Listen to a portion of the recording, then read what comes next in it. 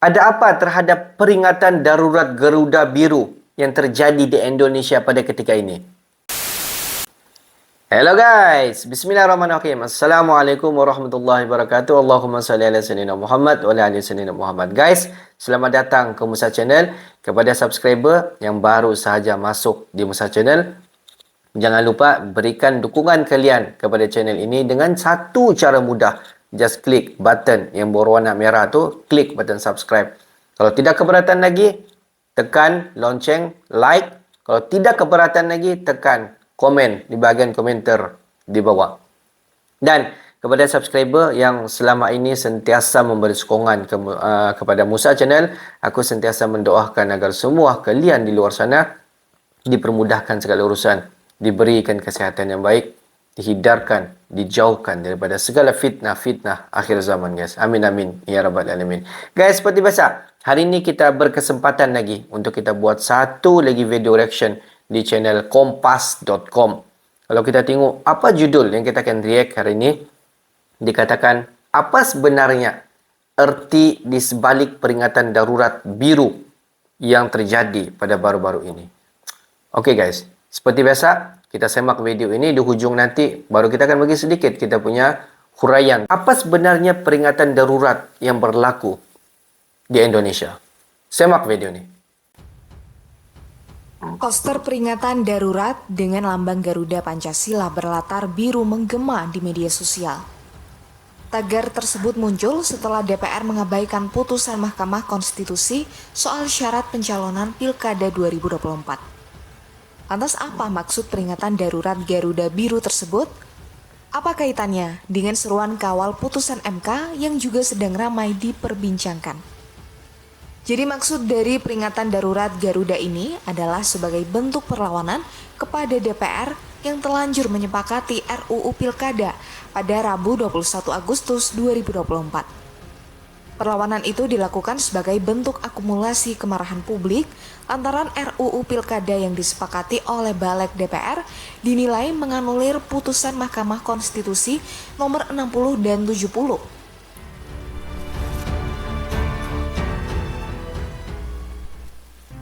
Pertama kita bahas putusan nomor 60 terlebih dahulu. Jadi pada awalnya MK mengabulkan sebagian gugatan dari Partai Buruh dan Partai Gelora soal UU Pilkada. Dalam putusannya MK menyebut parpol atau gabungan parpol peserta pemilu dapat mendaftarkan pasangan calon kepala daerah walaupun tidak memiliki kursi di DPRD. Ketua MK Soehartoyo memutuskan ambang batas pencalonan kepala daerah tidak lagi sebesar 25% perolehan suara partai politik atau gabungan partai politik hasil pileg DPRD atau 20% kursi DPRD. Nah, lalu apa dampak dari putusan ini?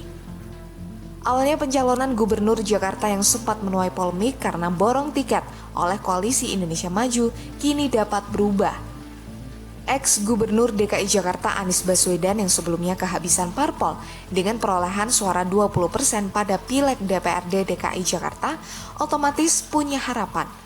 Sebab berdasarkan putusan MK ini, threshold pencalonan Gubernur Jakarta hanya membutuhkan 7,5% suara pada Pileg sebelumnya. Selain itu PDIP yang juga tidak bisa mengusung siapapun karena tidak punya rekan untuk memenuhi ambang batas 20% bisa melaju sendirian. Perlu diingat aturan ini sebelum DPR merevisi UU.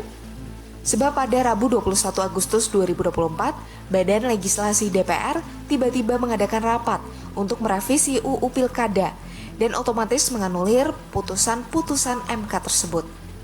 Sebanyak 8 fraksi di DPR menyatakan setuju dengan keputusan tersebut dan hanya fraksi PDIP yang menolak. Isi putusan DPR itu apa saja? Pertama, Balik DPR mengakali putusan MK yang melonggarkan threshold pencalonan kepala daerah untuk semua parpol peserta pemilu. Balik mengakalinya dengan membuat pelonggaran threshold itu hanya berlaku buat partai politik yang tak punya kursi DPRD. Threshold 20% kursi DPRD atau 25% suara sah Pileg tetap diberlakukan bagi partai-partai politik yang memiliki kursi parlemen. Dengan aturan ini, maka PDIP tetap tak bisa mengusung calon di Jakarta karena partai lain sudah bersatu dalam KIM Plus mengusung Ridwan Kamil Suswono.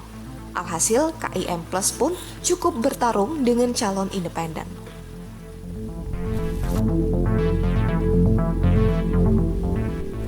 Selain soal ambang batas pencalonan kepala daerah, poin lain yang jadi perhatian adalah soal syarat batas usia minimal calon kepala daerah.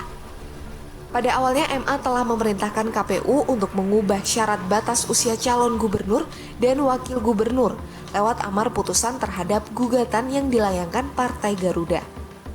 Lewat amar putusan itu, MA meminta agar syarat usia 30 tahun bagi Cagup dan Cawagup tidak terhitung sejak penetapan Cagup-Cawagup sebagai pasangan calon oleh KPU, melainkan sejak pelantikan.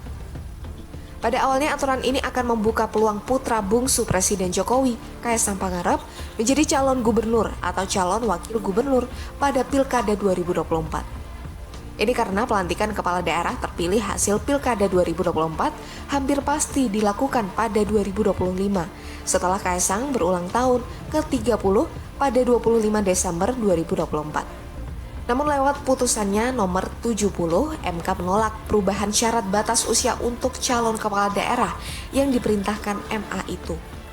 MK menegaskan bahwa syarat usia calon kepala daerah harus terpenuhi saat penetapan pasangan calon peserta pilkada oleh KPU.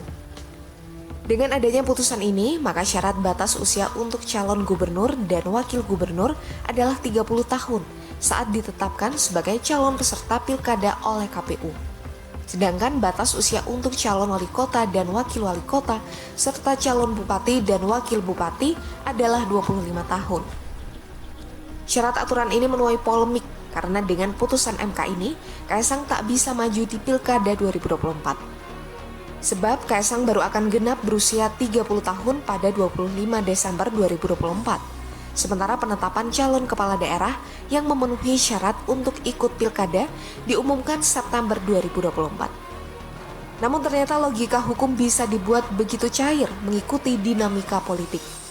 Rabu 21 Agustus 2024, sebagian besar fraksi di DPR memilih menolak untuk mengakomodasi putusan MK nomor 70 dan lebih memilih untuk mengakomodasi putusan MA.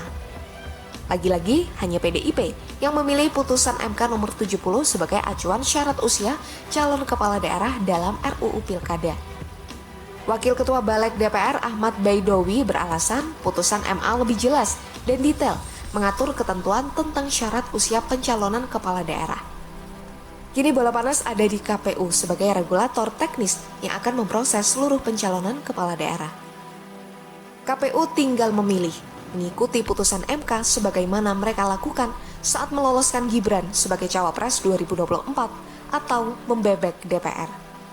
Peringatan darurat Garuda Biru terhadap kalau kita tengok putusan MK nombor 60 ambang batas pencalonan kepala daerah, di mana darurat Garuda Biru ini berlaku apabila tercetusnya polemik masyarakat tidak berpuas hati dengan pengurusan pihak atasan apabila sesuka hati ataupun ada golongan-golongan politikal yang campur tangan terhadap undang-undang pemilihan kepala daerah ataupun pilkada yang berlaku di Indonesia pada baru-baru ini.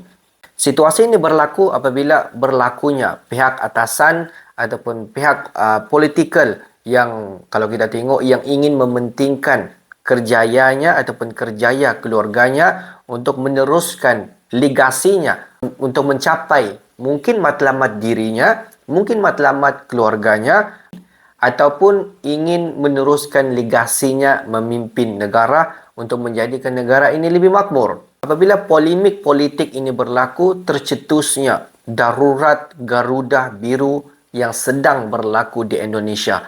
Ketidakpuasan hati masyarakat ini tercetus dan banyak sekali masyarakat yang keluar di jalanan. Dan kalau kita tengok masyarakat itu bukan saja masyarakat tetapi ada golongan-golongan daripada artis di Indonesia sendiri ataupun influencer-influencer di Indonesia yang turut serta semasa peringatan darurat Garuda Biru.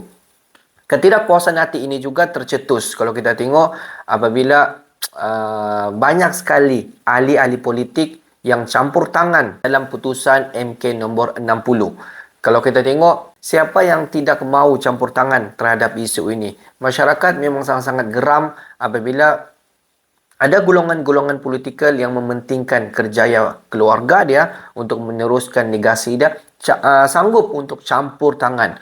Walaupun secara basic dan syarat tidak mencukupi, tetapi mereka mampu untuk mengubah undang-undang itu. Sebab apa? Sebab undang-undang itu di tangan mereka. Mereka merupakan satu pengurusan yang tertinggi. Apabila pengurusan tertinggi ini, mereka sesuka hati untuk mengubahkan syarat-syarat, walaupun selama ini syarat-syarat itu sudah pun diguna pakai.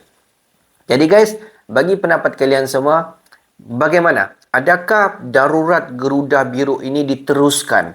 Adakah suara masyarakat Indonesia ini didengar oleh golongan-golongan atasan? Adakah mereka yang terlibat dalam polemik kepentingan meneruskan legasi mereka ini, adakah mereka akan berhenti apabila mendengar jeritan masyarakat di Indonesia? Jadi guys, bagaimana?